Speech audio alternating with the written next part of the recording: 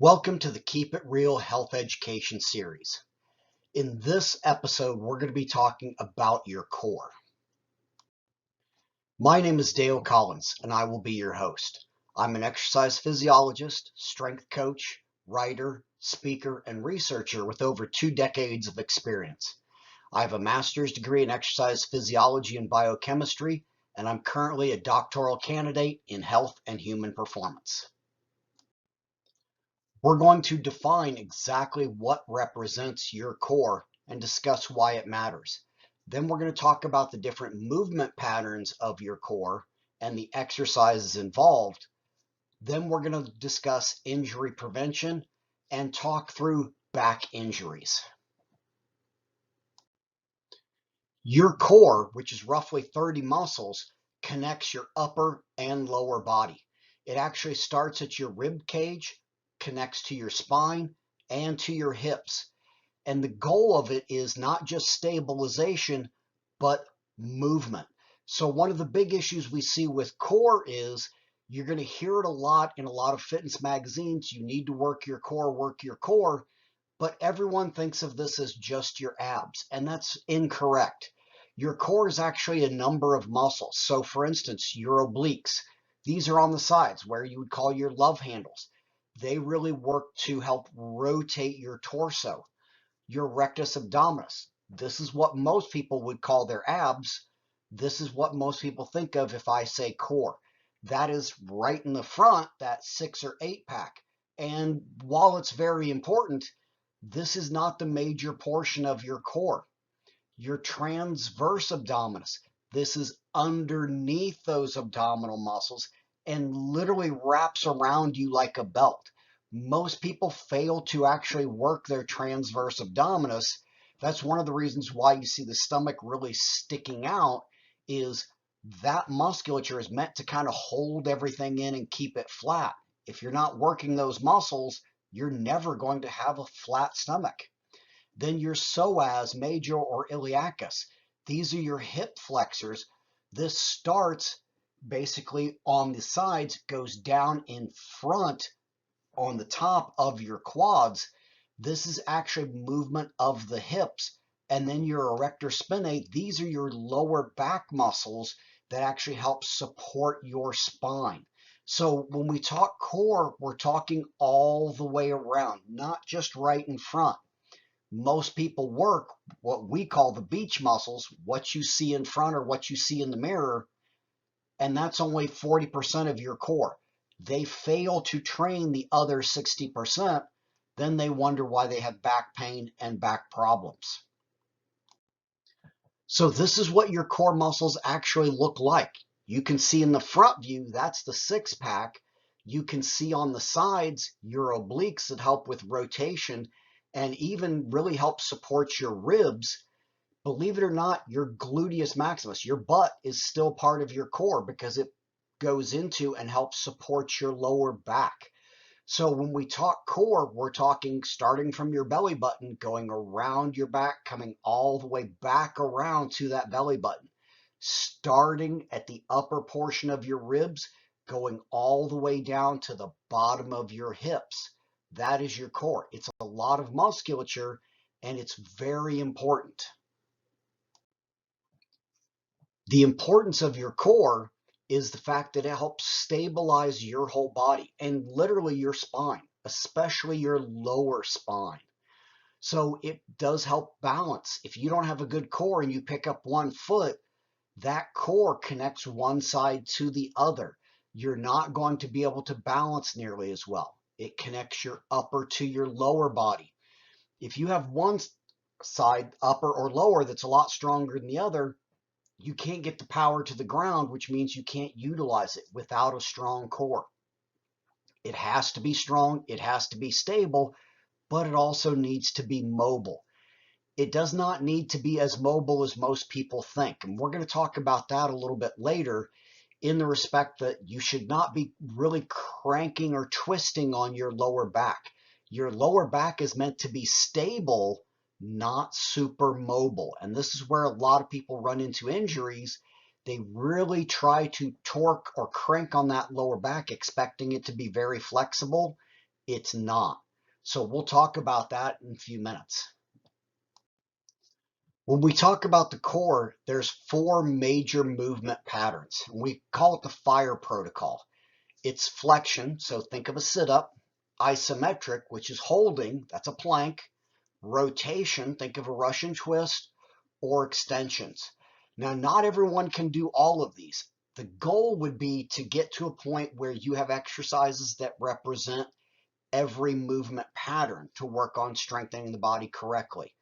But depending upon previous injuries or limits to current strength or mobility, you may not be able to complete every movement pattern. And we're going to dig into these in a little bit more depth. So usually when we talk working your core, your abs, this is what most people are going to think of. This is flexion. You're flexing the spine, and you do this every day. You do this when you get out of bed in the morning. Because it's a very common movement, your body's actually pretty strong in this respect. Of the four movement patterns, this is actually the one you probably need to work the least. You need to work all of the other ones the most. If you're going to work this one, though, there are progressions. If you take a basic sit-up and now hold your feet off the ground, it's going to engage more musculature. If you bring one elbow to the opposite knee or bring both elbows up towards both knees, all in a single movement, all of these things, while still a version of a sit-up, will force your body to engage more musculature and get that area stronger. So if you can do this without causing pain, especially to your lower back, it's fine to continue doing them, but we need to start talking about other exercises that you need to add into your workout program. Studies have shown that isometric or without movement, meaning stabilization or holding exercises, believe it or not, are actually the most important thing for your core, because your core is meant to stabilize your body, and this is what it does the most. So if you're not training it to get stronger in that respect, why would you think that your core is actually getting stronger if you don't build it the right way, specifically in the ways that you're going to use it the most? So a plank is a great exercise. As a reference, you should be able to hold a plank for 2 minutes. That's all the way up to the age of 65. Once you go past 65, you decrease that 10 seconds for every decade. So you should still be able to hold this for quite a while. It's important to work on it. And if you can't do it on the ground, you can always do a plank with your arms off of something higher. Think your kitchen counter. That's going to put less load against your core, but still work all of the same muscles.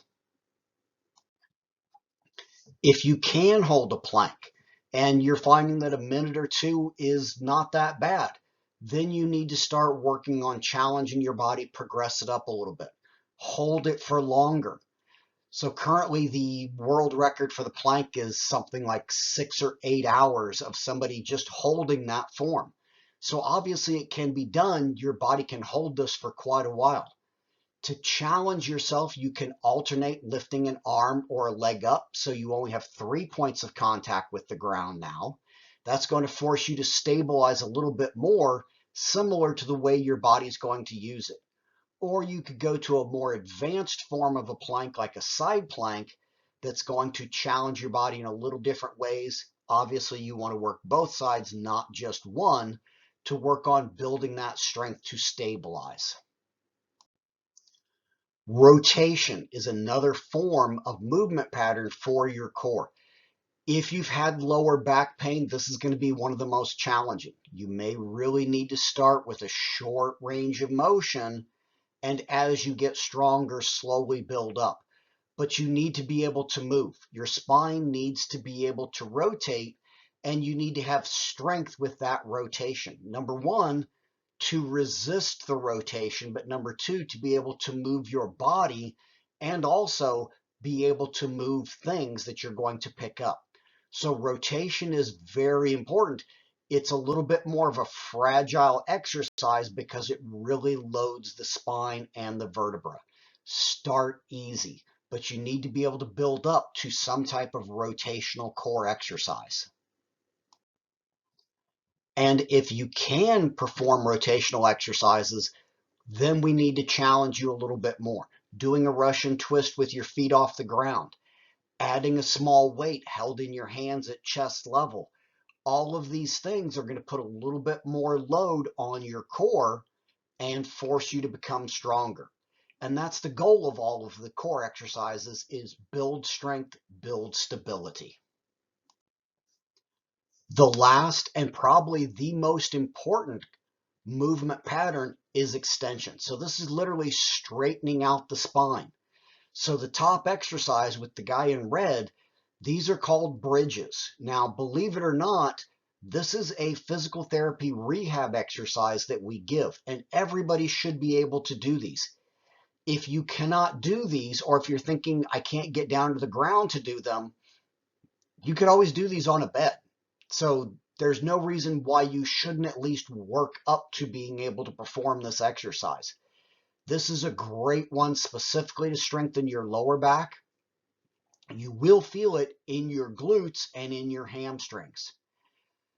Then on the lower left, you're going to see what we call quadrupeds, another great rehab exercise. Alternating sides, now we're still working that lower back, hip and glute, hamstring. We're going to get a little bit of upper spine involved as well, back of the shoulder, because your body works what we call contralaterally. It works opposing arm and leg quite a bit. So that's the way we train it. The last one on the lower right, these are called Supermans. Another great specifically lower back, hip and glute exercise. So you notice the lower back and the glutes are tied in together. If one's weak, the other one is weak. So if you have weak glutes, you're at risk for a lower back injury. You're probably not going to hurt your glutes. You're probably going to hurt your lower back. This is the reason why this exercise is so important. You don't hear of somebody pulling an ab. You hear of somebody pulling their lower back, blowing out their lower back, straining it. That's the weakest area for everybody. So this is an exercise. If you're to start anywhere, this is where I would want you to start adding this exercise or any of these exercises into your workout program for your core. Once you can actually perform glute bridges, then we need to challenge you a little bit. Actually start by having your toes off the ground. So just the heels into the ground, toes off. It doesn't sound like a big deal. It will challenge you. It's going to work the hamstrings, hips, and glutes a little bit more. Taking a small plate weight or a dumbbell, putting it on your stomach, that's going to force those lower back muscles to actually move more weight. Or even lifting one leg. Now we're working one leg, one hip and glute, one lower back, each side independently to really balance out the two sides. That's a great one, especially if you've had a lower back injury. You will notice a significant difference from side to side. Balancing that out becomes a big part of your recovery. So keep working on extension. This is going to be the biggest bang for the buck exercise and the most important exercise to put into your workout. Lower back injuries typically account for close to 40% of all musculoskeletal injuries. Granted, it does depend upon what you tend to do as far as a job. If you have a more physical job, that number can definitely be higher. But lower back is an issue because once you've had a lower back injury, you will always have a lower back problem for the rest of your life. And one of the things that we state is the number one predictor of an injury is a prior injury. So if you've injured it once, your risk of a second injury really goes up. But the best way to prevent that is to strengthen your core all the way around, not just your abs in front. Strengthen everything. So if you look at those views on the lower right-hand corner, you see that's two vertebrae with an intervertebral disc in the middle, kind of a jelly-filled sac. When you're standing up straight, everything's balanced pretty well. As soon as you bend forward, you see how those vertebrae are pushing on the front of that disc and pushing it out the back. That's usually where people get hurt. Is you don't hurt the bone, you hurt that disc in between. There's a rupture, there's a tear, it starts pushing some of that jelly-filled sac out of the sac. Now, if you bend and twist, now you have that same bending motion pushing the disc towards the back, but with the twist, you're actually pushing it towards one specific side or the other, which compounds the issue. If you've had a prior injury, you may find that a specific direction, a bend and a twist only to one side, really causes a problem. The other side's no issue, towards one side causes a problem. That's because you've injured it there previously. So really working to not bend and twist at the same time. It's fine to bend and pick something up. Once you're up straight, then you can twist. So you're not putting both loads against that spine and that intervertebral disc at the same time. That will significantly reduce your risk of injury.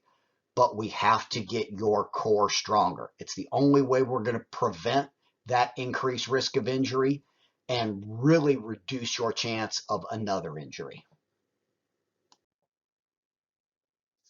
So back injuries, you'll hear it called all kinds of things: herniating a disc, bulging disc, slip disc, ruptured disc. That literally means part of that jelly-filled sac inside is pushing out. And the reason why this becomes a problem is inside your body is what we call a zero tolerance zone. There's no airspace. There's no extra space inside.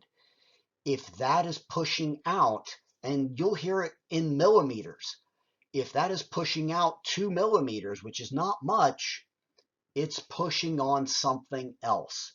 And usually, since it's right there on your spinal column, it's pushing on a nerve. That's where the pain comes from.